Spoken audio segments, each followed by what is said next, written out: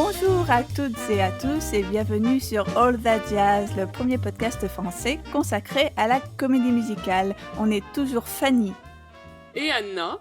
Et aujourd'hui, c'est pas tout à fait un épisode comme les autres, parce que c'est le premier épisode de All That Jazz qu'on fait en coordination avec notre ciné-club, le All That Jazz Cinema Club, qui va être inauguré le dimanche prochain, donc dimanche 3 octobre, à 17h, au cinéma L'Archipel à Paris, dans le 10e arrondissement. Et donc, à cette occasion, on vous propose de redécouvrir le film de Gene Kelly et Stanley Donen, le film de 1949, intitulé Un jour à New York, On the Town, en version originale. Et donc, aujourd'hui, notre épisode est consacré à cette œuvre, On the Town.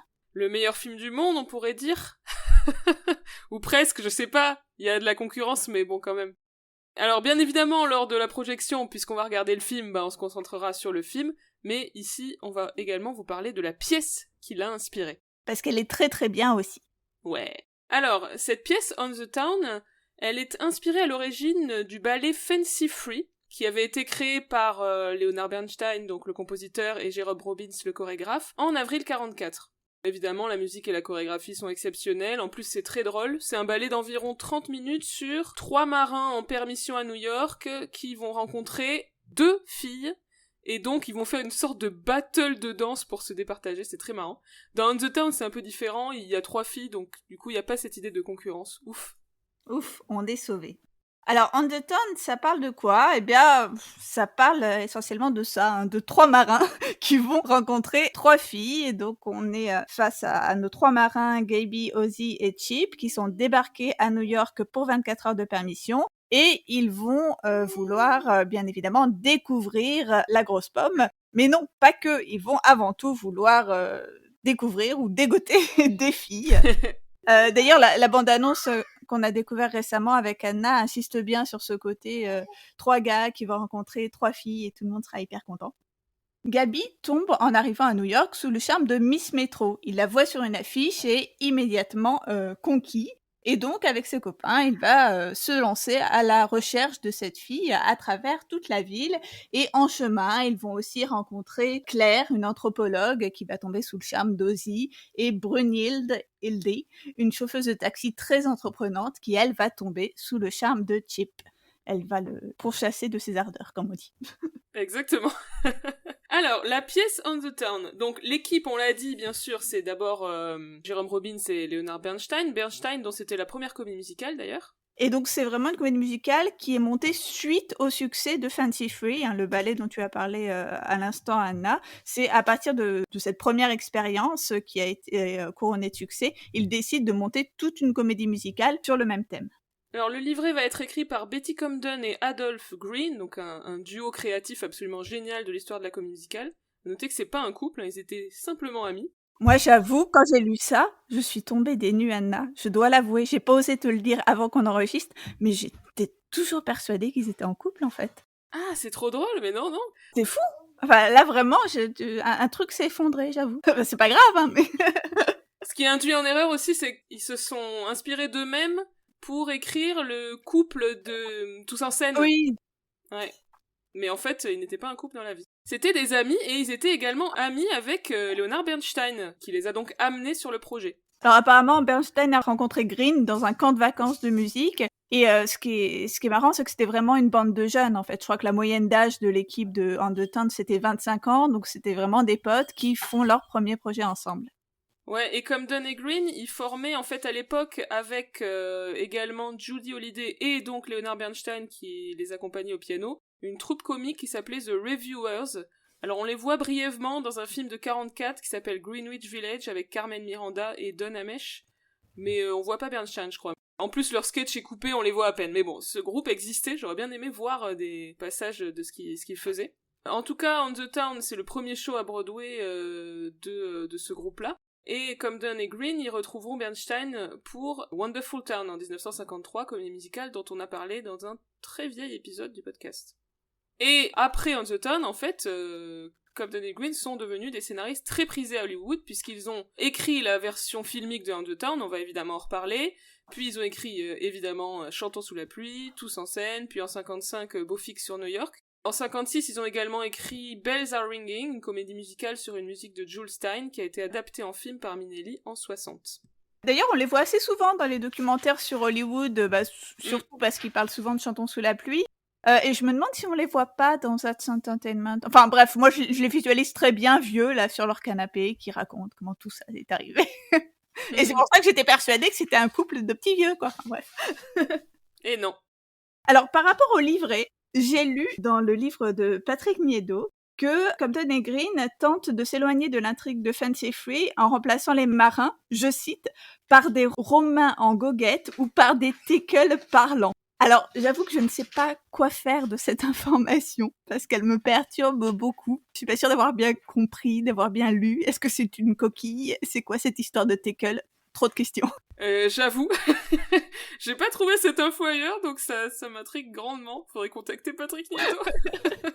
Alors, j'ai une autre anecdote. Apparemment, pendant l'été où ils ont commencé à écrire la pièce, Bernstein et Green, ils étaient hospitalisés ensemble, comme quoi leur amitié allait très très loin, enfin pour des choses apparemment très bénignes, les amygdales et une opération de la cloison nasale, bref. Du coup, le tout début d'Undertone a été écrit à l'hôpital. Les premières chansons et les premières blagues ont été testées sur le personnel hospitalier. Alors, c'est un livret assez intéressant. On sent dans la pièce une volonté de représenter la vraie jeunesse contemporaine de New York, une jeunesse pleine de vie, avec des filles émancipées, etc. On est en 44, donc faut pas oublier que la guerre n'est pas finie, la Seconde Guerre mondiale, et même si c'est pas vraiment évoqué, je pense que les spectateurs de l'époque y pensent forcément, puisque les marins sont des militaires, et en fait ils doivent repartir au front à la fin de l'histoire. Oui, c'est vrai que c'est quelque chose qui est totalement occulté, la guerre. Même quand ils décrivent leur vie à bord, on y reviendra, c'est évidemment pas le sujet de cette comédie musicale. Ouais. Pour la mise en scène de cette pièce, eh bien, après le refus d'Elia Kazan, c'est Georges Abbott qui accepte, car, je cite, « il aime bien les gamins qui sont dans ce projet ». C'est ce qu'il aurait déclaré à la presse. Alors, George Abbott, c'est un metteur en scène très prolifique de Broadway, qui avait fait en 1940 Pal Joey, qui a été le premier et le seul grand rôle, en fait, de Gene Kelly sur scène. Plus tard, il fera entre autres Wonderful Town et Pajama Game, la pièce, puis le film qu'il va co-réaliser avec Stanley Donen, on en a parlé dans un épisode. Et les décors sont signés d'Olivier Smith, dont on a également parlé dans notre dernier épisode consacré à The Sound of Music. Alors maintenant, parlons du casting de la production originale de On the Town. Alors pour cette production originale, on a évidemment recruté des excellents acteurs, danseurs et chanteurs, mais il n'y avait pas de star particulière. En fait, c'était à dessein des inconnus, ou en tout cas des jeunes qui débutaient, pour que le public ait l'impression d'être dans les rues de New York et, comme tu disais, de rencontrer sa vraie jeunesse. Gabi est incarnée par John Battles, qui tiendra ensuite le premier rôle de Allegro, une comédie musicale de Richard Rodgers et Oscar Hammerstein.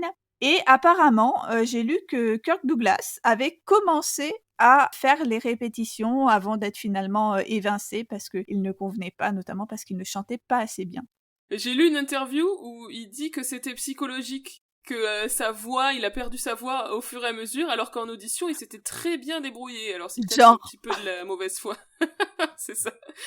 Le rôle de Chip, donc sur scène, est tenu par Chris Alexander, qui jouera ensuite dans une autre comédie musicale de Bernstein, Wonderful Town. Il dit, et quant à elle, interprétée par Nancy Walker, c'était une actrice signée à la MGM à l'époque, donc elle avait déjà fait du cinéma. Elle était notamment apparue en 1943 dans Girl Crazy avec Judy Garland et Mickey Rooney. Et les rôles de Claire et d'Ozzy sont joués par Betty Comden et Adolph Green eux-mêmes. Incroyable! Oui, alors là, en plus, ils jouaient aussi un couple, donc c'est vrai qu'ils multiplient sèment la confusion. Mais en fait, je savais pas que c'était eux qui jouaient, j'ai découvert ça, mais j'aimerais tellement qu'il existe une captation ou un enregistrement de cette première version, ça avait l'air génial. Ouais, c'est clair. Ou au moins des photos, doit au moins y avoir des photos, ça serait rigolo. Ouais. Alors, notez qu'il y avait un casting très divers, entre guillemets, pour l'époque, et notamment dans le rôle d'Ivy, on avait l'actrice et danseuse d'origine japonaise Sono Osato, et il y avait aussi 6 personnes noires dans l'ensemble. Également, à partir de septembre 1945, la pièce a eu un chef d'orchestre afro-américain, Everett Lee. Leonard Bernstein l'avait vu diriger l'orchestre sur la pièce Carmen Jones, qui se jouait à ce moment-là à Broadway, et il lui a proposé le poste. Et donc Everett Lee est devenu le premier chef d'orchestre noir à être en gros en CDI, sur une pièce à Broadway. Et j'ai vu qu'il était toujours vivant, il a 105 ans le mec. Bah dis donc, ça conserve Undertown. Alors cette première production ouvre le 28 décembre 1944 à l'Adelphi Theatre et elle se maintient pendant 463 représentations, ce qui est très important pour l'époque, hein, c'est un triomphe. Si on dit quelques mots des autres productions scéniques de Undertown, eh bien malheureusement en fait c'est une comédie musicale qui est plutôt rarement montée, pour une raison que je ne m'explique pas puisque c'est une des meilleures comédies musicales du monde, mais soit. On peut noter quelques revivals à Broadway. Alors en 71-72, on peut noter que le rôle de Hildy est joué par Bernadette Peters, qu'on connaît bien. Ouais. Également un revival en 98-99, et là, le rôle d'Hildy est joué par Léa Delaria, humoriste, actrice, chanteuse, écrivain. Elle joue notamment dans Orange is the New Black, oui. c'est une grosse butch. J'ai halluciné de la voir dans le rôle d'Hildy, enfin ça devait être trop bien du coup. Ouais, grave. On peut signaler aussi un revival récent, en 2014-2015, qui avait vraiment l'air super bien. J'avais pas mal écouté la bande-son à l'époque. C'est d'ailleurs là que j'avais vraiment découvert les chansons de Undertown, puisqu'on va le dire, hein, les chansons sont très différentes dans la version scénique et dans le film. Et j'avais vraiment bien aimé cette production et j'ai regretté de ne pas avoir l'occasion de la voir. Ouais, on trouve sur YouTube pas mal d'images, notamment des répétitions. Et en effet, ça fait très envie. Et l'interprète de Hildy, qui s'appelle Alicia Humphreys, a l'air vraiment prodigieuse. Ouais. Ça a l'air trop Sa version chouette. De I Can Cook Too, on y reviendra, elle était vraiment génial.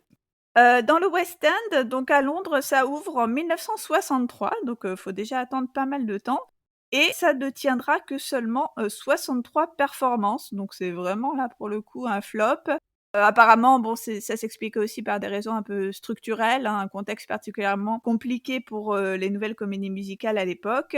Mais là encore, du coup, ça a été assez peu remonté depuis, ou souvent dans des versions concerts ou ce qu'on appelle semi-stage, là, donc avec très peu de décors. Et pour des périodes courtes. On n'a pas eu de nouveaux runs très longs de Undertown à Londres. Et alors toi, Fanny, est-ce que tu as réussi à voir Undertown malgré tout ? Oui, je l'ai vu au Châtelet en janvier 2009 parce qu'en fait la production londonienne justement de l'English National Opera s'est jouée pour les vacances de Noël, donc décembre 2018, janvier 2019. C'était, je crois, la première comédie musicale que je voyais au Châtelet lorsque j'étais jeune. Je me rappelle, c'était un cadeau de départ d'un de mes premiers boulots. Bref, mes collègues m'avaient offert un abonnement au Châtelet. Cool. Donc, merci à ces collègues de l'époque.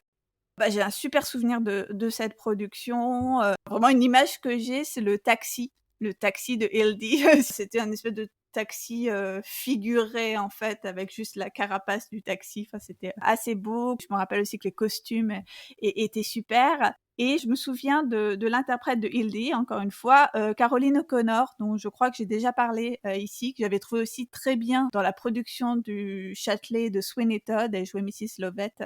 C'est une interprète australienne qui avait joué aussi le rôle de Judy Garland dans la pièce assez controversée End of the Rainbow. Donc voilà, vraiment de très bons souvenirs de cette production du Châtelet. Et encore une fois, ouais, c'était au tout début que le Châtelet montait des comédies musicales. J'ai revu dans le programme qui disait après Candide et après West Side Story, qu'ils avaient donc visiblement remonté à l'époque. Nous continuons notre hommage à Bernstein avec Undertown qui se joue très peu. Nanana. Ouais. Moi, je ne l'ai pas vu malheureusement et j'en suis fort triste. On espère que ça va se remonter quelque part, dans pas si longtemps. Oui. Alors, petit focus sur la musique dans cette pièce Undertown. Alors, à l'écoute, vraiment, ça m'a frappé. Il y a des passages musicaux instrumentaux qui évoquent énormément West Side Story. Donc, on rappelle West Side Story qui sera composé par Bernstein 14 ans plus tard. Bravo le calcul mental. Petit ajout post-enregistrement, en fait c'était 13 ans, désolée, finalement je suis mauvaise en calcul mental. Oui, c'est sans doute aussi cette volonté d'incorporer un petit peu les sons de la ville dans la musique, qui est là dans Undertown comme dans West Side Story. Oui, tout à fait. Et qui est aussi là dans Wonderful Town, l'autre pièce écrite par Bernstein et Comden et Green. Et alors musicalement, par rapport à Wonderful Town, c'est amusant, il y a un passage de conga, donc la conga c'est un style musical et aussi un style de danse cubain. Et ça a inspiré le numéro du même nom dans Wonderful Town. Il y a un numéro qui s'appelle Conga, où il y a une petite mélodie qui est reprise quasiment identique de celle qu'avait introduit Bernstein dans On the Town. Alors, on va vous faire un petit passage en revue de quelques chansons de On the Town qui ne vont pas se retrouver dans la version filmique, on va vous expliquer pourquoi tout à l'heure, mais qui sont notables. Alors la première d'entre elles, qu'on adore avec Fanny, c'est I Can Cook Too, qui est un solo de Hildy, dont, je savais pas ça, les paroles ont été écrites par Bernstein lui-même, donc là pour le coup c'est pas comme Donny Green pour cette chanson. Bah, c'est une chanson que j'adore. Ouais. Elle est vraiment trop bien. Donc c'est une chanson avant tout comique, hein. Ça fait un peu partie de ces chansons comiques qu'on donne aux femmes qui ont du caractère dans les comédies musicales.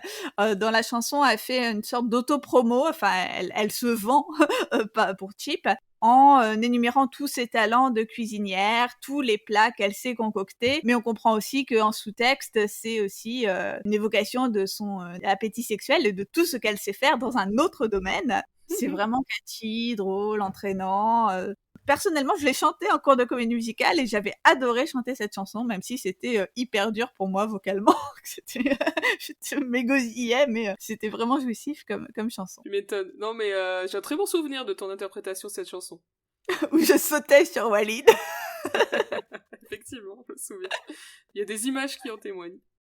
Autre chanson, Lonely Town. Alors là, en l'occurrence, c'est un solo de Gaby, assez mélancolique, qui va se décliner dans la pièce ensuite en un pas de deux, puis une reprise chorale.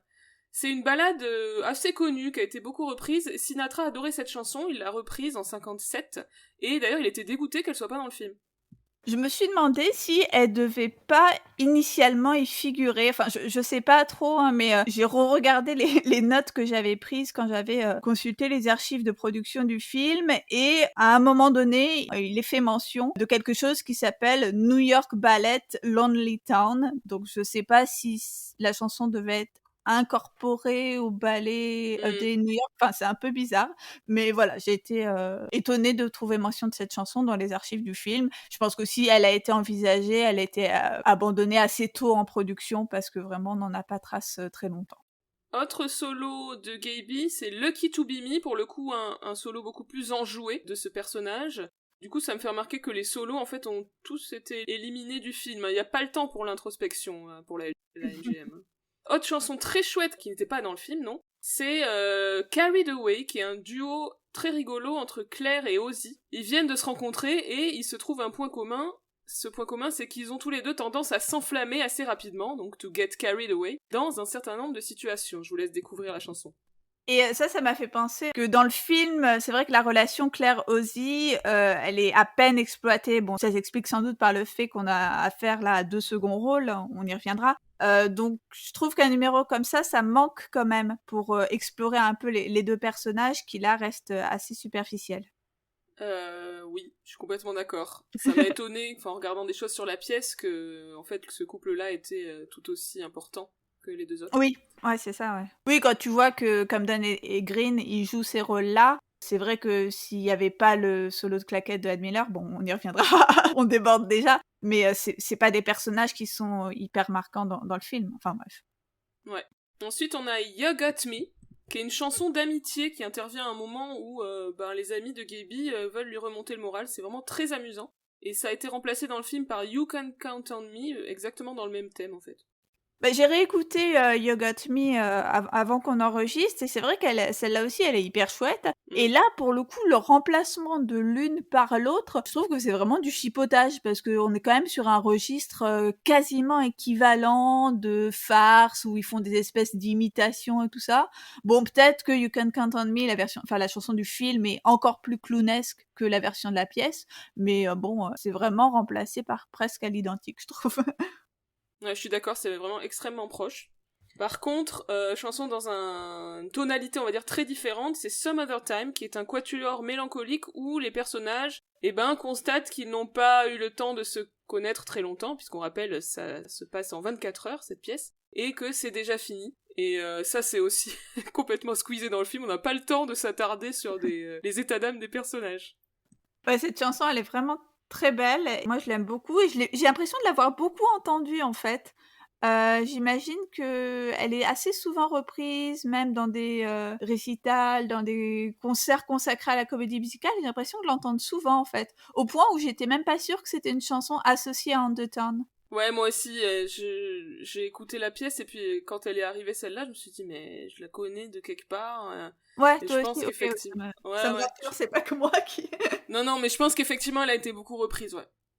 Et alors je voulais également noter qu'il y a plusieurs passages dans la pièce qui sont sous forme de courts ballets. On a par exemple la présentation de Miss Metro, donc en anglais c'est Miss Turnstiles, donc Miss Tourniquet littéralement. On va reparler de ce numéro plus tard puisqu'il est conservé dans le film. On a également le Times Square Ballet, à la fin du premier acte, qui va montrer les personnages explorer la vie nocturne new-yorkaise. Ou encore, plutôt vers la fin de la pièce, le numéro Imaginary Coney Island où Gaby s'imagine avoir retrouvé Ivy. Alors, les ballets, hein, on va en parler là aussi plus précisément tout à l'heure, étaient vraiment à la mode à l'époque dans les comédies musicales. Alors, on vous a parlé de la pièce, on va maintenant en venir au film. Alors, ce film a été bien évidemment, comme souvent dans ce podcast, produit par la MGM.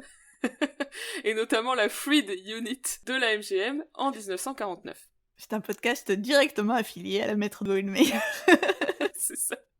En fait, les droits d'adaptation du spectacle de 44, elles ont immédiatement été achetés par Louis B. Mayer. Donc, en fait, dès que la comédie musicale s'est montée, ils ont acheté donc ces droits d'adaptation à hauteur de $250,000. Et les droits n'ont pas été utilisés de suite, hein, puisqu'il faut attendre 5 ans pour que le film soit produit. Alors en fait, moi je savais pas que c'était possible, mais apparemment les $250,000 donc versés par la MGM ont servi à boucler le budget de production de la pièce. C'est une sorte de pré-vente. J'étais assez surprise parce que je pensais pas que c'était possible déjà à l'époque, mais en fait c'est un des premiers cas de pré-vente. Donc ça veut dire un spectacle qui se finance grâce à la vente de ces droits d'adaptation. Donc c'est vraiment on va dire un pari que fait Louis B. Mayer sur le succès de cette pièce et le potentiel de son adaptation en film. C'est aussi donc ce film de 1949 le premier long métrage de Kelly et Donen après Take Me Out to the Ball Game, puisque Take Me Out to the Ball Game, on en a déjà parlé à moult reprises, on a louvoyé, je pense qu'on a déjà évoqué ce film. Donc c'est un film qui est officiellement, on va dire, réalisé par Busby Berkeley, mais qui est officieusement réalisé par Kelly et Donen.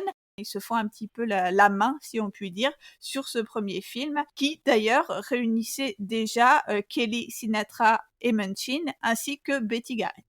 Oui, alors pour l'anecdote, Donen, il avait commencé comme assistant chorégraphe de Gene Kelly avant de devenir son collaborateur, et bon, comme vous le savez, ils feront 3 films ensemble. Et également, Gene Kelly est bien évidemment chorégraphe sur le film, puisque Jerome Robbins ne va pas du tout être impliqué dans la production du film. Quelques mots du cast de ce film. Cast qui va être forcément plus blanc que dans la pièce, puisque le Code Hays interdisait entre autres de représenter des relations interraciales. Alors, rôle de Gaby, bien évidemment, tenu par Gene Kelly, une star de la MGM à l'époque, on ne le présente plus. Il était à la MGM depuis 1942, son premier film c'était For Me and My Girl avec Judy Garland, et il avait notamment été nommé à l'Oscar du meilleur acteur pour Anchor the Way, Escale à Hollywood, en 1945. Il avait vu Undertone à New York en décembre 1944, donc vraiment à la sortie, on va dire, au moment où la pièce a ouvert, et il a été épaté par la perspicacité justement de Louis B. Mayer qui avait acheté les droits. Le rôle de Chip est tenu par Frank Sinatra. Alors Frank Sinatra est la plus grande star de l'époque. Alors je veux pas dire de bêtises parce que je sais que c'était déjà le cas sur Anchor Away où son nom était avant celui de Kelly sur l'affiche. Là je pense que c'est toujours le cas. Au générique c'est Gene Kelly, Frank Sinatra l'un à côté de l'autre, mais D'accord. sur l'affiche je ne sais pas. Gene Kelly à gauche, Frank Sinatra à droite. Bon, on peut dire qu'ils étaient sans doute à équivalent. À l'époque, donc Sinatra, c'est avant tout, même s'il a déjà fait quelques films, et c'est avant tout une star de la chanson. Hein, c'est littéralement l'idole des jeunes, l'idole notamment des jeunes adolescentes qu'on appelle les Bobby Soxers, en relation avec les petites chaussettes qu'elles portent. Et donc c'est ces jeunes filles qui se pâmaient devant Sinatra et qui notamment vont causer quelques émeutes lors du passage de leur idole à New York, hein, puisqu'on y reviendra, mais une partie du film est tournée dans la ville de New York. Alors, c'est le deuxième film dans lequel Gene Kelly et Frank Sinatra interprètent des marins en permission. C'est un genre en soi, hein, puisqu'ils étaient ensemble donc dans le film que j'ai cité tout à l'heure, Anchor the Way de 45. Le troisième marin, c'est Jules Munchin, donc dans le rôle de Ozzy. Alors comme on l'a dit, il était avec Sinatra et Kelly dans Take Me Out to the Ball Game en 47, donc on a vraiment une équipe qui se reforme en fait. Et c'est un acteur dont on a déjà parlé dans le podcast. Oui, on en a parlé au moins, j'imagine, 2 reprises, puisque nous avons déjà consacré un numéro à Easter Parade et un numéro à Six Stockings, et qu'il joue dans ces 2 films de la MGM, à chaque fois dans le même emploi, hein, en fait, ce qu'on appelle le character actor, donc l'acteur comique qui vient faire un peu son numéro de spécialité. Donc lui, c'est un peu des sortes de sketchs avec des mimiques, un peu des accents. Voilà, c'est un espèce d'acteur très expressif dans sa façon de parler. Ses performances sont un peu un genre en soi. C'est ça. Dans le rôle de Ivy, donc la fameuse Miss Turnstiles, c'est Vera Ellen. Alors j'ai été étonnée parce que dans le générique, elle est pas en premier, c'est-à-dire qu'il y a d'abord Gene Kelly, Frank Sinatra, ensuite il y a Anne Miller, Betty Garrett, ou l'inverse, Betty Garrett, Anne Miller, et ensuite il y a le titre du film, et ensuite il y a Jules Munchin, Vera Ellen. Alors qu'en fait c'est quand même le premier rôle féminin du film, mais elle était sans doute moins connue que les autres femmes actrices du film. En 48, elle avait dansé avec Gene Kelly dans le magnifique ballet Slaughter on 10th Avenue, dans le film Words and Music. Et après On the Town, elle aura des rôles notables dans, par exemple, La Belle de New York avec Fred Astaire en 52 ou encore White Christmas en 54. Alors moi, je voulais juste citer un commentaire de spectateur parce que je me suis un peu replongée dans les rapports de projection test à l'occasion de notre épisode sur On the Town. Et il y avait ce commentaire qui disait, donc je traduis directement, hein, si un jour vous en avez marre de Vera Ellen, envoyez-la à la boîte postale 2197, Université de Stanford, je paierai l'affranchissement. Donc voilà un spectateur qui d'une belle tradition de réification des actrices et tout ça, mais voilà. Si jamais on ne sait quoi faire de Vera Ellen, il faut la lui envoyer par la poste. Bref. Il y a également, donc dans les autres interprètes féminines, on a Anne Miller qui joue le rôle de Claire, donc l'anthropologue. Donc Anne Miller, c'est une super claquettiste, une des rares en fait danseuses de claquettes femmes, puisque vraiment star de la claquette, on compte guère que Anne Miller et Eleanor Powell. Moi, j'ai toujours eu beaucoup d'affection pour Anne Miller depuis toute petite. Info très intéressante, elle est née un 12 avril, comme moi-même. Elle a un style de claquette très reconnaissable, vraiment hyper rapide, style mitraillette. Je crois même qu'il y a des trucs publicitaires où, on compte sa vitesse de frappe pour montrer que genre, c'est la femme qui tape le plus rapide du monde ou un truc comme ça. Donc c'est vraiment, ça fait partie intégrante de son style et de sa persona. Elle joue souvent les vampes, les femmes très sexualisées, souvent aussi les femmes plus sophistiquées que le rôle féminin principal, parce que bon, c'est plutôt souvent un second rôle. C'est d'ailleurs ce qu'elle fait dans Easter Parade, hein, où elle fait la femme du monde face à Judy Garland qui fait la girl next door. On la voit aussi dans Kiss Me Kate en 53 et alors ça j'ai relu ça en regardant sa fiche Wikipédia, mais je me rappelle combien ça m'avait ravie à l'adolescence. On la voit âgée dans Mulholland Drive de David Lynch en 2001. Je sais pas si tu t'en souviens. Non, je le sais, mais je me souviens pas. Mais quand je reverrai ce film, forcément, je ferai bien attention. Moi, je sais que ça m'avait beaucoup plu. Enfin, l'idée de mettre une légende d'Hollywood dans ce film sur Hollywood. Enfin, bref. Troisième interprète féminine, dans le rôle de Brunhilde, surnommée Hildy, c'est Betty Garrett. On avait parlé d'elle à propos du film My Sister Eileen dans un de nos plus vieux épisodes. Elle a souvent eu des rôles de femmes très dynamiques, très indépendantes. Elle était, elle aussi, dans Take Me Out to the Ball Game, déjà en amoureuse très entreprenante de Sinatra. Oui, toujours dans cette idée de jouer sur l'effet de contraste comique entre une femme très entreprenante et ce jeune homme très timide, hein, parce que ça, c'est vraiment la persona de Sinatra à l'époque. Notamment, on y reviendra en opposition avec Kelly, mais Sinatra, il fait toujours le jeune homme chétif qui sait pas s'y prendre avec les filles. Et voilà, un effet d'inversion comique fait que dans le couple avec Brunhilde, c'est elle qui prend le dessus littéralement. Alors, dernière actrice qu'on voulait mentionner, c'est Alice Pierce, qui joue le rôle de Lucy. C'est la seule actrice en fait du cast de Broadway à reprendre son rôle. Gene Kelly l'avait vu sur scène, hein, puisqu'on l'a dit, il a vu la pièce dès son ouverture, et il avait adoré sa prestation, donc il lui a demandé de jouer dans le film, et c'est son premier rôle au cinéma. Et on la retrouvera ensuite dans La Belle de New York avec Fred Astaire et Vera Ellen. Effectivement, j'avais oublié ça. Elle est aussi célèbre aux États-Unis pour avoir joué la voisine pénible dans les premières saisons de Ma sorcière bien-aimée dans les années 60. Ah, je savais pas. Ouais, j'ai découvert ça. Dans le film, je trouve que c'est un personnage un peu maltraité. En fait, elle joue la colocataire de Hildy, donc, qui va à un moment sortir, entre guillemets, avec Gaby. Quand celui-ci ne trouve plus Ivy, on lui trouve en gros une fille de remplacement. Mais elle est trop moche, entre guillemets bien évidemment, pour prétendre être le love interest de Gene Kelly, et celui-ci a même honte d'être vu avec elle. C'est un peu cruel, je trouve, même si le personnage est rigolo, et que finalement elle s'entend bien avec le personnage de Gene Kelly et avec les autres, c'est quand même un petit peu gênant. Ouais, c'est bien cringe hein, quand même, il faut le dire. Même si, bon, Gaby fait son mec bien, en mec chou, en fait, en mode, bah, tu trouveras quelqu'un, Lucie, t'es une sweet girl. Et tout. Bon, c'est quand même un peu, un peu Un peu gênant. condescendant. Quelques mots du tournage de Un jour à New York, parce que c'est un film célèbre aussi pour avoir été le premier film à être tourné en extérieur, enfin la première comédie musicale, hein, pour être plus exact, à être tournée en extérieur, puisque bon, l'esthétique de carton-pâte inhérent au genre de la comédie musicale faisait que c'était pas un genre pour lequel on se disait qu'on avait besoin de décors naturels. Gene Kelly, il voulait tout tourner à New York. Je pense qu'il se rendait pas trop compte des contraintes budgétaires et logistiques que ça aurait impliqué. Mais donc finalement, il réussira à négocier 5 jours, hein, c'est déjà ça, parce qu'évidemment, ça vaut très cher et que les responsables de la MGM ne voyaient pas du tout ça d'un bon œil d'un point de vue budgétaire. Il y a notamment ce monsieur qui s'appelle J.J. Cohn qui aurait eu la formule célèbre « A rock is a rock, a tree is a tree, shoot it in Griffith Park ». Donc vous avez qu'à aller au parc de Los Angeles, le parc local, pour tourner votre truc, hein, parce que bon, un arbre c'est un arbre. Pas vraiment en fait.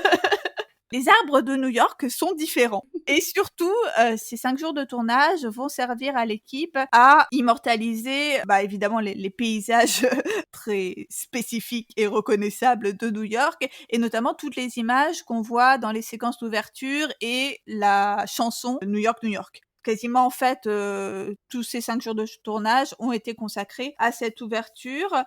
C'est assez représentatif de 2 choses, hein, le fait d'avoir tourné cette ouverture en décor naturel, à la fois de la volonté de Donen et de Kelly de placer davantage les comédies musicales dans les situations du quotidien. Ils le font avec le tournage, mais aussi avec plein d'autres choses, hein, la façon dont Kelly va davantage incarner l'homme de la rue. On va avoir des intrigues beaucoup plus ancrées dans la vie du quotidien. Et c'est aussi représentatif, cette volonté d'aller tourner en décor naturel, du style de l'époque. Puisque à cette époque, un studio comme la Fox va réaliser des films noirs et des drames réalistes en pleine rue. Mais là, ce qui est nouveau, comme je disais, c'est que c'est une comédie musicale qui descend dans la rue. Alors le film, au final, aura un budget de 1,5 million de dollars, ce qui est assez bas, hein, pour un projet de cette ambition, on va dire. Et il a été un succès puisqu'il a récolté 4,4 millions de dollars dans le monde. Alors, il y a un certain nombre de numéros qui sont gardés dans le film. Oui, passons à la musique. Donc, en fait, la production trouvait que la musique de Bernstein était trop complexe, trop avant-gardiste pour le cinéma. Et par conséquent, beaucoup de ses chansons ont été coupées. D'ailleurs, il n'était pas très content. Apparemment, il était même furieux. Il aurait demandé que son nom soit retiré de l'affiche, mais bon, finalement, il s'est ravisé parce que bon, quand même. Apparemment, ça l'a quand même suffisamment traumatisé pour que le seul autre job qu'il fasse à Hollywood, c'est de composer la musique de Sur les quais, donc le film d'Elia Kazan en 1954. Il a été durablement échaudé, on va dire. Et en effet, on va avoir réécrit toutes les chansons, sauf 4 pour le film, même si on conserve l'intrigue de la pièce. Alors, quels sont les passages justement de la partition de Bernstein qui sont conservés ? D'abord, le numéro introductif, I feel like I'm not out of bed yet, avec un ouvrier du port de New York qui chante au petit matin. J'ai toujours beaucoup aimé cette introduction. Oui, là aussi, c'est, on va dire, une illustration assez concrète de cette volonté de placer la comédie musicale dans le monde du quotidien, littéralement le monde des travailleurs. Et cette chanson, ça serait aussi un hommage, en fait, au Old Man River de Jerome Kern, qui est évidemment une chanson iconique de Showboat, la comédie musicale de 1927. J'y avais jamais pensé, mais effectivement, je vois le lien. Alors, juste après ça, on a la chanson New York, New York, à ne pas confondre avec celle du film de Scorsese, chantée par Liza Minnelli. Donc c'est une séquence où les marins arrivent à New York, ils se réjouissent, et puis ils vont visiter la ville en disant chacun ce qu'il a envie de faire de ces 24 heures de permission. Et on va se balader dans différents endroits de New York. Voilà. Comme tu l'as dit, ce sont ces scènes-là en fait qui ont été tournées en extérieur à New York. Je crois qu'on l'avait dit aussi à propos du film My Sister Eileen, qui avait presque un sous-genre du numéro musical, dans ces numéros un peu de découverte de ville, où on voit différents endroits en espèce de montage alterné.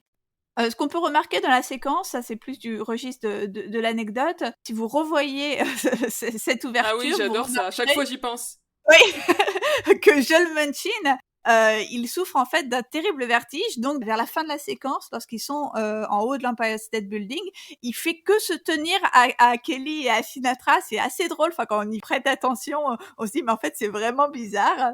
Et c'est si important et si, on va dire, handicapant pour le tournage que ça a vraiment décidé Kelly et Donen à tourner l'autre scène qui a lieu sur le haut de l'Empire State Building en studio, parce que c'était plus simple. Et apparemment, j'ai lu qu'ils avaient même construit cette réplique de l'Empire State Building à l'intérieur de la piscine qui était ordinairement dévolue au numéro aquatique d'Esther Williams sur le studio numéro 30 dans les studios de la MGM.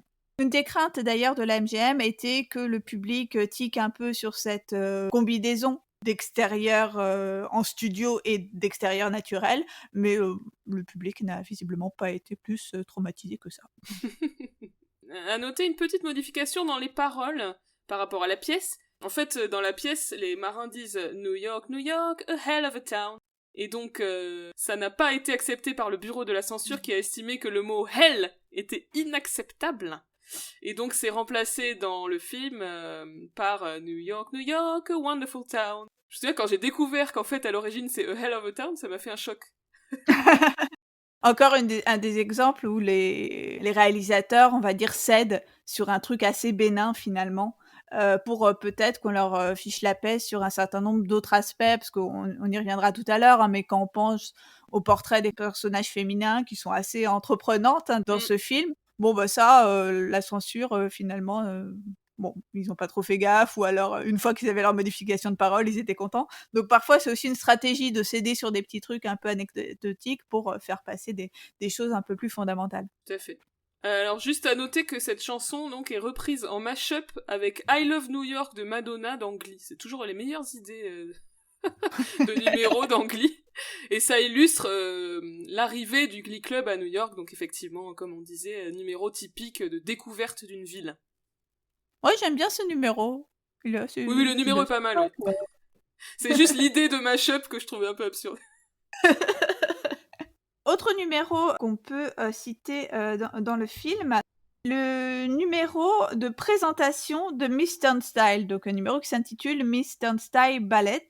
C'est au moment en fait où Gabi découvre le portrait de Miss Metro donc sur une affiche dans le métro. Ouais, à ce moment-là, c'est comme si on rentrait dans le portrait et que du coup Miss Metro prenait vie. J'aime bien ce passage. Oui, puisqu'à mesure que Gabi lit les qualités de Miss Metro, on voit le personnage de Vera Ellen qui fait diverses activités qui illustrent les propos du personnage masculin. C'est vraiment un portrait à multiples facettes. Chacune des qualités de Miss Turnstile est illustrée par une petite scénette avec un certain type de costume, un certain type de musique, un certain type de danse. Et en fait, c'est à l'issue de ce portrait qu'on voit le caractère extraordinaire de cette jeune femme qui concilie des qualités diamétralement opposées, parce qu'au début on la voit en femme au foyer accomplie où elle danse avec sa table à repasser, mais aussi en femme du monde, puisque d'un coup elle se transforme et virevolte au bras de jeune homme. Donc là, on voit vraiment la combinaison des deux modèles de féminité, à la fois la bonne épouse, la bonne mère, mais aussi la femme du monde. Elle est aussi une américaine modèle en termes de patriotisme, parce qu'elle aime autant l'armée que la marine, et à chaque fois d'ailleurs parade alternativement au bras d'un marin ou d'un militaire. D'ailleurs, à ce moment-là, on entend brièvement l'hymne de la marine, Anchor Away. Enfin, on voit que c'est à la fois une artiste, puisque elle va faire de la peinture tout en dansant des pointes, mais aussi une sportive. Et à ce moment-là, elle fait une sorte de mêlée avec des jeunes hommes qui l'entourent. Là encore, hein, on concilie deux choses tout à fait différentes, un peu l'idéal bourgeois européen de la jeune fille de bonne famille qui maîtrise les arts, mais aussi le truc très américain qui va valoriser avant tout l'athlétisme et l'esprit de camaraderie. Donc vraiment un portrait tout à fait éclaté qui fait un peu surgir cette femme modèle. Elle est censée incarner l'américaine moyenne, parce que le portrait se conclut genre par un just average girl, mais évidemment elle est incroyable et Gabi il dit à la fin gee what a girl, enfin voilà, il est totalement estomaqué. Ce type de portrait, alors moi j'en ai fait une analyse détaillée dans mon livre, donc pour plus de détails, allez lire mon livre.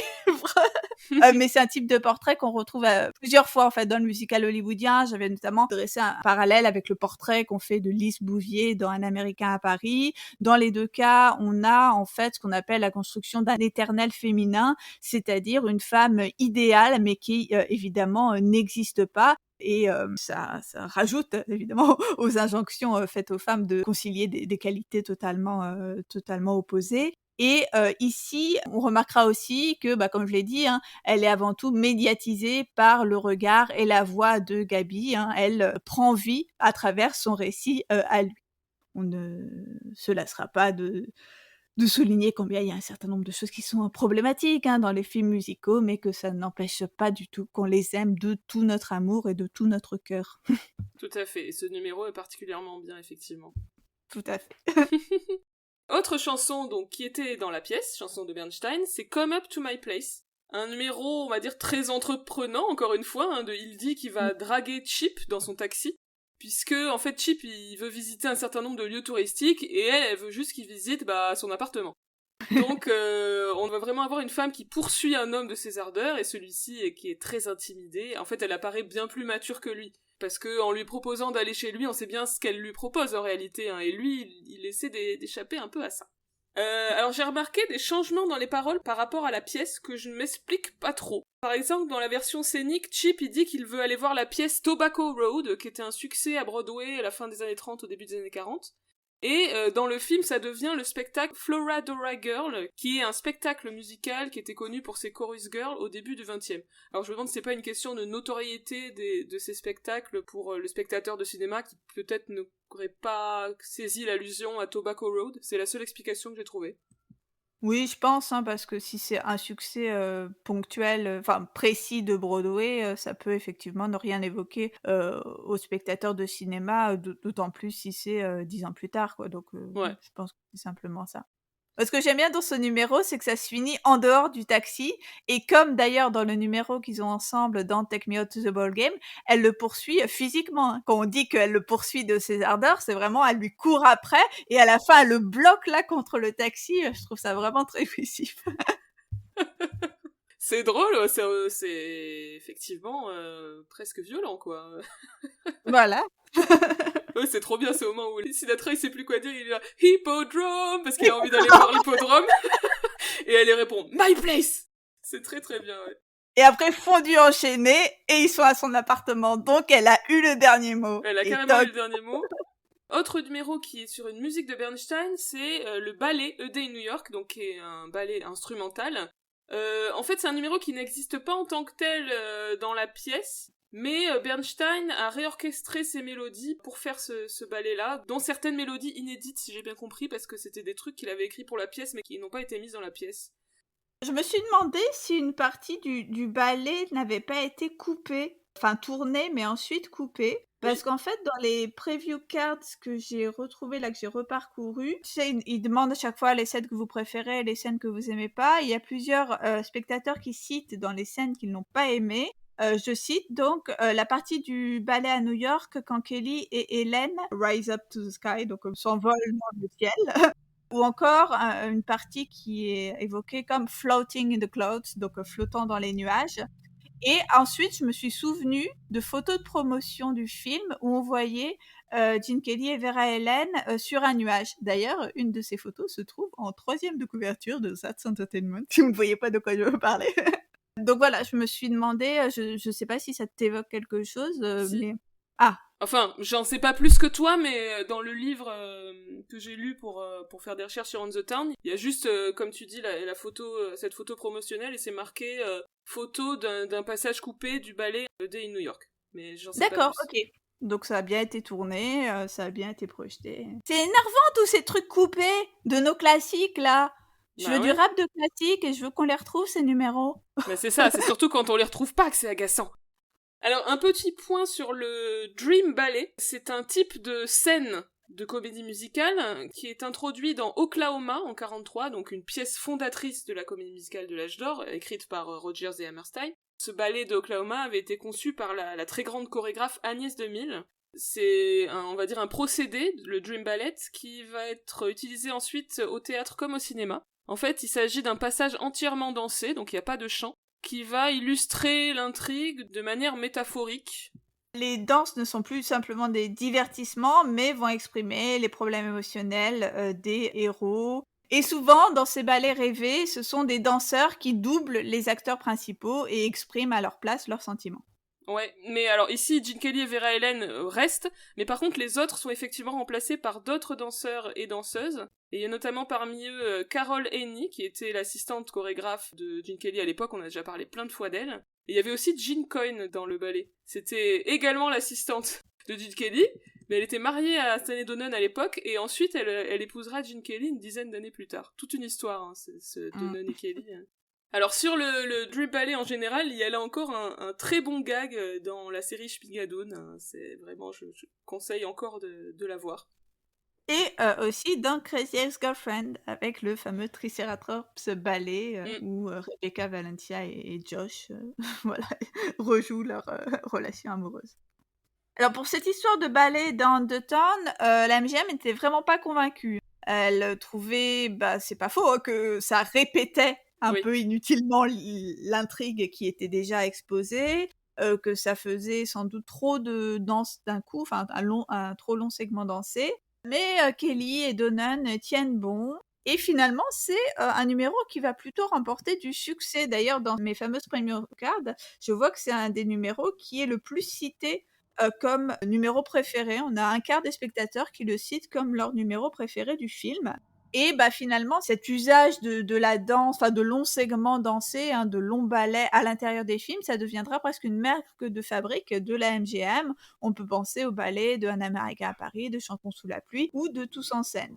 Là encore, ce que je trouve assez rigolo, c'est que il y a cette histoire de supposé trop grand avant-gardisme de la musique de Bernstein, et pourtant on colle aux spectateurs de cinéma, je crois 7 minutes de ballet au milieu du film. Bon c'est assez étrange, je trouve qu'on prenne des précautions pour la musique, mais pourtant on rajoute cette danse. Ouais, c'est vrai.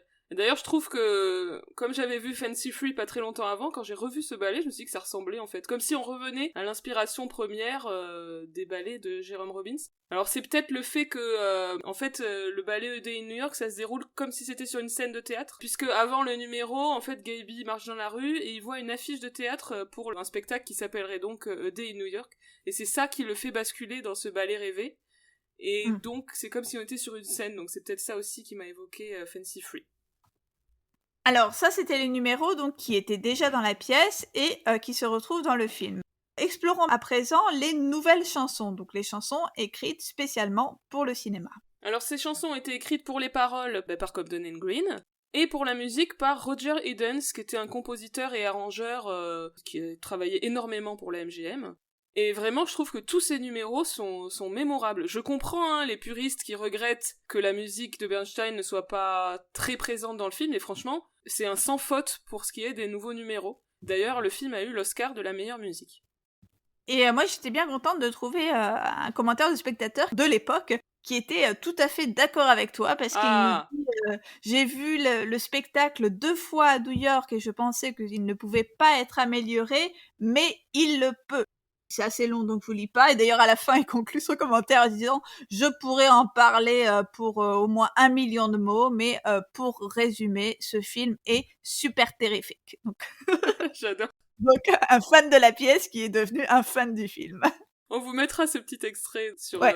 sur les sources de l'épisode.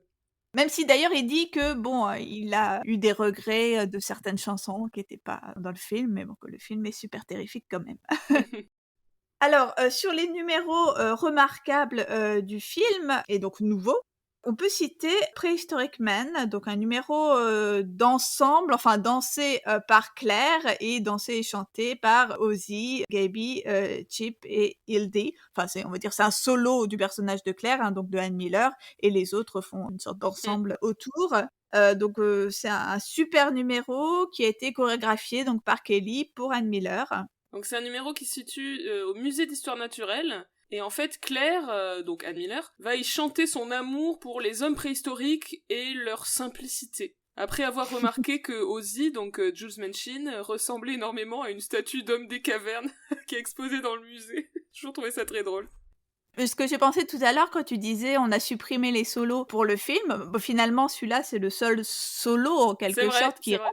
Mais c'est un solo dansé. Donc finalement quand tu disais on n'a pas le temps pour l'introspection, c'est vrai, on n'a pas du tout le temps des solos chantés qui vont juste voilà explorer la profondeur des personnages, mais dans le film on a le temps pour l'entertainment. Toujours. Toujours. J'ai lu aussi sur cette scène combien c'était facile aussi de filmer des choses comme ça à la MGM, parce qu'apparemment Kelly il a fait aux accessoiristes en fait, enfin aux employés chargés des décors, il leur a fait au fait les gars j'aurais besoin d'un dinosaure pour genre pour ma scène et tout ça, et les gars ils ont noté genre ouais ok, mais un dinosaure qui puisse s'écrouler et se remonter après parce qu'on l'écroule à la fin. C'est en mode ouais d'accord. C'est merveilleux quoi la MGM tout faire. Et alors, sur la question de censure, qu'on avait déjà un petit peu évoquée tout à l'heure à propos de la chanson d'ouverture, là, j'avais retrouvé dans les archives aussi une lettre donc de Joseph Breen à Louis B. Mayer à propos de certaines sections de la chanson. Les paroles étaient jugées globalement acceptables, sauf « Lots of guys are hot for me » ou encore « Silly Credo, it just had a healthy libido, I love that libido » ou enfin « They sat all day just beating their tom-tom ». Alors, le Lots of guys are hot for me est devenu Some guys care a lot for me. Bon, c'est vrai que c'est moins suggestif. La mention de la libido a complètement disparu, je pense que c'était pas possible. Mais par contre, les tam-tams sont restés. Y a même une blague visuelle un peu graveleuse, puisqu'après avoir mentionné les tam-tams, on a Anne Miller qui va secouer la poitrine, et les garçons, il y a notamment Jude Kelly qui genre baisse les yeux pour lui mater les seins. Alors, l'association entre Anne Miller et les tam-tams et le caractère sexuel que ça révèle, cette association, elle est renouvelée au tout début d'un autre numéro, un numéro qui s'appelle I've Gotta Hear That Beat, un numéro mis en scène par Busby Berkeley dans Small Town Girl, un film de 53, où là encore, visuellement et musicalement, elle est associée au tam-tam, parce qu'on a 2 tam-tams géants qui scandent le rythme de la chanson. De manière plus générale, évidemment, on a quand même dans cette chanson une association assez problématique et raciste entre représentation des sociétés dites primitives, donc ici plutôt des sociétés, j'imagine, d'Afrique et d'Océanie, et le côté animalité, donc sexualité débridée. Oui, c'est vrai qu'à la revoyure, je me suis dit, oula, c'est gênant. Enfin, le côté associé, l'homme préhistorique, oui, avec des cultures autres, donc en l'occurrence africaines ou natives, etc. C'est vrai que c'est bizarre. C'est un peu gênant. Quand ils imitent les Indiens, là, enfin les Amérindiens plutôt. Il y a un télescopage chronologique Oui. auquel j'avais jamais pensé en fait. Oui, c'est qu'elle te parle de, je sais pas quel type d'homme. Je sais pas, à un moment elle dit Homo erectus au début, je crois. Enfin, avant le début de la chanson, elle dit Homo erectus. Comme de par hasard. C'est vrai. J'avais pas pensé. Toi, t'es vraiment comme le Brinophis, hein. Tu sais pas lire entre les lignes. Ouais, c'est clair, parce que ça, c'est passé sans problème, quoi. Autre numéro, donc, créé pour le film, c'est Main Street, un duo entre Gaby et Ivy, dont Fanny va nous parler avec brio. Alors, je vais essayer de condenser un petit peu tout ce qu'il y a sur mes notes. Encore une fois, pour une analyse détaillée, je vous propose de vous référer à That's Entertainment parce que je vais essayer d'éviter de vous lire des longs passages du livre à l'antenne. Mais donc, c'est un numéro qui prend place quand Gaby retrouve enfin Ivy alors qu'elle est à son cours de danse, puisqu'il va la chercher jusqu'au Symphony Hall où elle prend ses cours de danse. Et en fait, c'est le début d'une sorte de malentendu entre eux. Un quiproquo rigolo, c'est que elle se fait passer pour une femme du monde, alors qu'en fait, c'est juste une jeune provinciale qui vient d'arriver à New York. Et en fait, la coïncidence, c'est qu'ils sont tous les deux originaires de la même ville, la même petite ville qui s'appelle Meadowville. Donc, c'est une ville fictive, mais littéralement, ça veut dire Prairieville. Et donc, il lui dit, bon, au début, il a voulu faire son matamor, hein, comme souvent chez Kelly. Elle l'a rabroué, donc là, il monte patte blanche et lui dit que non, il est un gentil garçon et que lui, c'est un homme simple. Dans sa petite ville natale, les choses, elles se passent comme ci, comme ça. Donc elle dit, comment ça se passe à Meadowville? Lui, il pense en fait qu'elle est curieuse de savoir c'est quoi la vie en province, mais en fait, c'est qu'elle veut renouer avec ses souvenirs parce que bon, voilà, elle doit être un peu nostalgique en fait d'avoir quitté sa ville natale.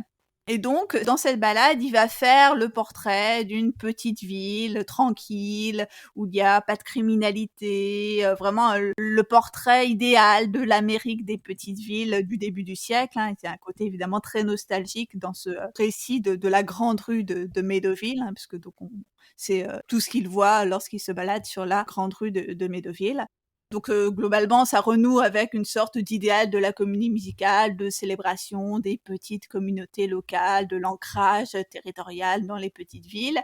Et c'est aussi un numéro qui est intéressant parce que c'est un pas de deux assez traditionnel en termes de pas de deux chorégraphiés par Kelly, où on a de longs passages de claquettes qui se répondent, un petit peu aussi de danse plus avec, on va dire, des figures de contact, beaucoup de déplacements aussi. C'est censé se passer sur un studio de danse, mais vraiment au fil du développement de la chanson et de l'exaltation des deux personnages, c'est une danse qui va être assez ample et assez entraînante, encore une fois. Et c'est aussi exemplaire de ces numéros où on voit d'abord la complicité des deux membres du couple principal s'exprimer dans la danse. On va dire que dans l'intrigue, bon voilà, ils sont pas encore ensemble techniquement, mais l'idylle est déjà commencée dans la danse.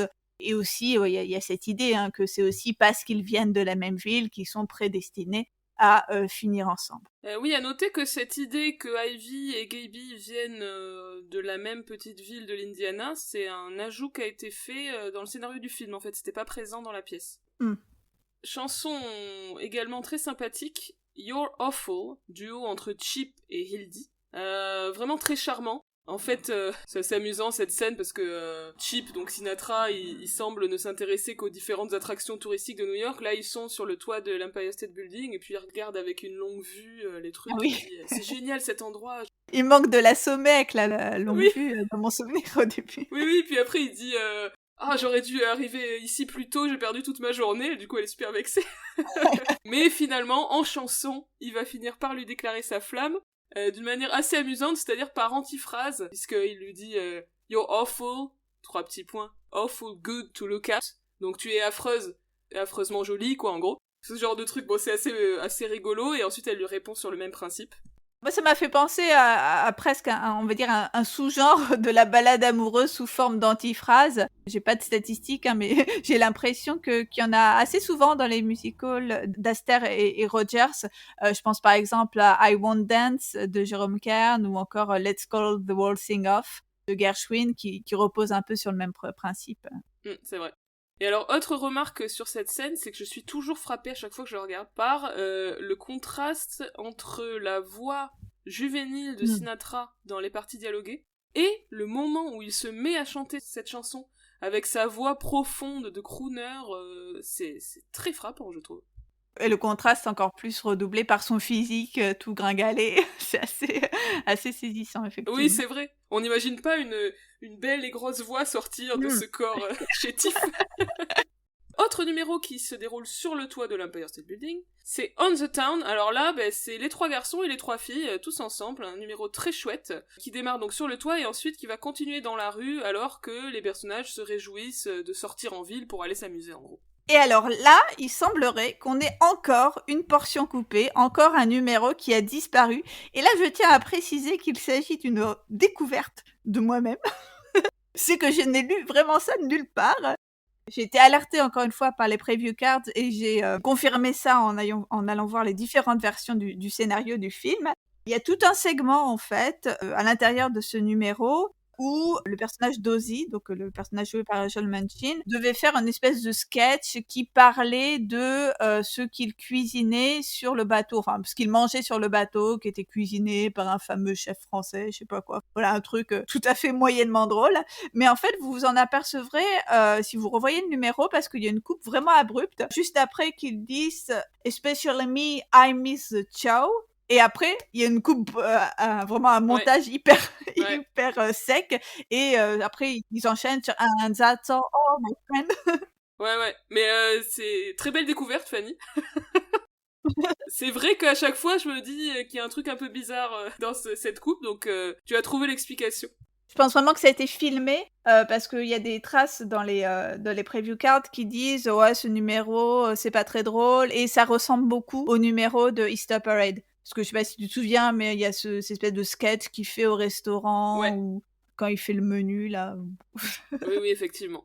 Du coup, après, donc il y a le fameux "And that's not all, my friends". Bon, ça c'est encore une fois chanté sur l'air de Anchor's Away, donc l'hymne officieux de la marine américaine. C'est assez amusant tout ce passage puisque on a les trois garçons qui vont décrire un peu leur vie sur le bateau, hein. C'est le seul passage où leur condition de marin est vraiment évoquée. Et du coup ils racontent le quotidien un peu pénible, les tâches ménagères, etc.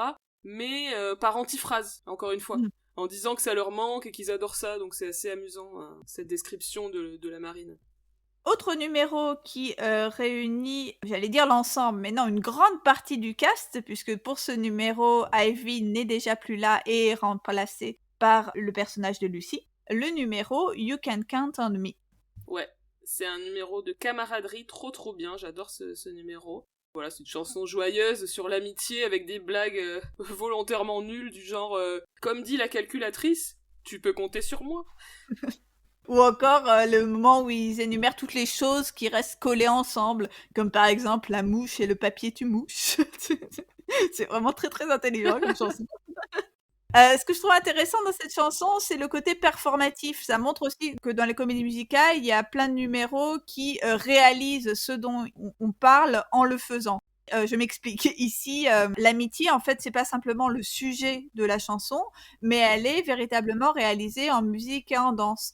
En musique, parce que ils chantent soit en harmonie, soit en alternance, ou ils chantent aussi les couplets à tour de rôle.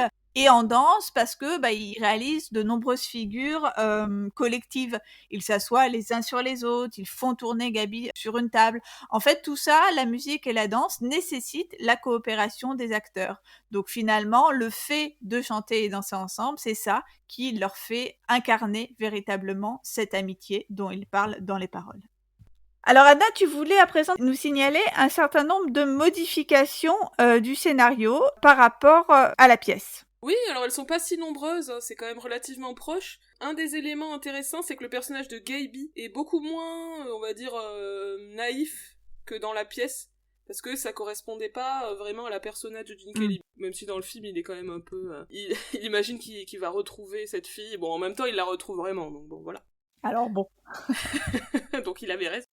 Donc par rapport à l'intrigue de la pièce, le film va simplifier certaines choses, notamment on a l'élimination d'une intrigue autour du fiancé de Claire en fait, qui ne capte absolument pas ce qui se passe entre Claire et Ozzy. Et à la fin d'ailleurs finalement il va se mettre en couple avec la fameuse Lucy. Alors ça, je me suis dit que c'était aussi sans doute un élément qui a été enlevé en raison de la censure, hein, puisqu'il s'agit en fait d'un adultère, puisque Claire est fiancée et puis elle se met avec Ozzy, donc voilà. J'imagine que ça fait partie des raisons. Il y a aussi le personnage de la professeure de chant d'Ivy, qui dans le film devient une professeure de danse. Il me semble qu'elle est jouée par Florence Bates dans le film, et apparemment c'était quelqu'un de connu.